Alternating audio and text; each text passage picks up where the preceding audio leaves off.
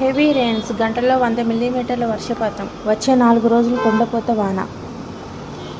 తెలంగాణలో మరో 4 రోజులు భారీ వర్షాలు కురుస్తాయని భారత వాతావరణ శాఖ హెచ్చరికలు జారీ చేసింది. మొదటి 2 రోజులు అతి భారీ వర్షాలు, ఆ తర్వాత 2 రోజులు మోస్తరు వర్షాలు కురుస్తాయని తెలిపింది. బుధ, గురువారాల్లో ఆరెంజ్ అలర్ట్ జారీ చేసింది. గంటకు 50 నుంచి 60 కిలోమీటర్ల వేగంతో ఈదురుగాలులు వీస్తాయని వాతావరణ శాఖ వెల్లడించింది. మరోవైపు అల్పపీడనం కారణంగా ఆంధ్రప్రదేశ్లోని విస్తారంగా వర్షాలు కురుస్తున్నాయి. వాయువ్య బంగాళాఖాతంలో ఒడిశా తీరానికి సమీపంలో మంగళవారం అల్పపీడనం ఏర్పడింది. దానికి అనుబంధంగా ఉపరితల ఆవర్తనం కొనసాగుతుంది. అల్పపీడనం పశ్చిమ బెంగాల్ వైపు కదులుతూ గురువారంలోగా తీవ్ర అల్పపీడనంగా బలపడుతుందని, గురువారం నాటికి వాయుగుండంగా బలపడొచ్చని అంచనా వేస్తున్నారు. దీని ప్రభావంతో బుధ, గురువారాల్లో ఏపీలోని పలు ప్రాంతాల్లో భారీ వర్షాలకు అవకాశముందని ఐఎండీ తెలిపింది. మంగళవారం ఉత్తరాంధ్రలో భారీ వర్షాలు కురిశాయి.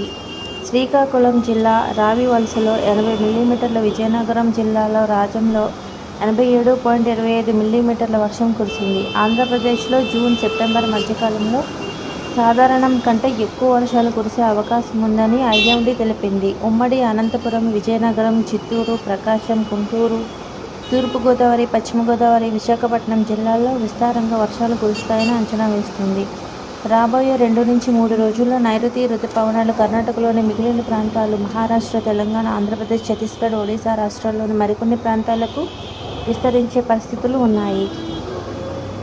మరోవైపు నైరుతి రుతుపవనాల ప్రభావంతో ఈసారి దేశంలో పుష్కలంగా వర్షాలు కురుస్తాయని భారత వాతావరణ విభాగం అంచనా వేస్తుంది. జూన్ నెలలో సాధారణం కంటే ఎక్కువ వానలు కురిసి గరిష్ట ఉష్ణోగ్రతలు తగ్గే అవకాశం ఉందని వెల్లడించింది. దీర్ఘకాలిక సగటుతో పోలిస్తే 108% వర్షాలు కురుస్తాయని తెలిపింది. జూన్ నుంచి సెప్టెంబర్ మధ్య సగటు కంటే 106% వర్షపాతం నమోదవుతుందని పేర్కొంది. మధ్యప్రదేశ్, ఛత్తీస్గఢ్, మహారాష్ట్ర, ఒడిశా చుట్టుపక్కల ప్రాంతాల్లో సాధారణం కంటే ఎక్కువగా, వాయువ్య భారతదేశంలో సాధారణంగా, ఈశాన్య రాష్ట్రంలో తక్కువగా వర్షాలు పడతాయని తెలిపింది. మధ్య, దక్షిణ ద్వీపకల్ప ప్రాంతాల్లో కూడా సాధారణ సగటుకు మించిన వానలు పడతాయని ఐఎండీ డైరెక్టర్ జనరల్ తెలిపారు. మరోవైపు పసిఫిక్ మహాసముద్రంలో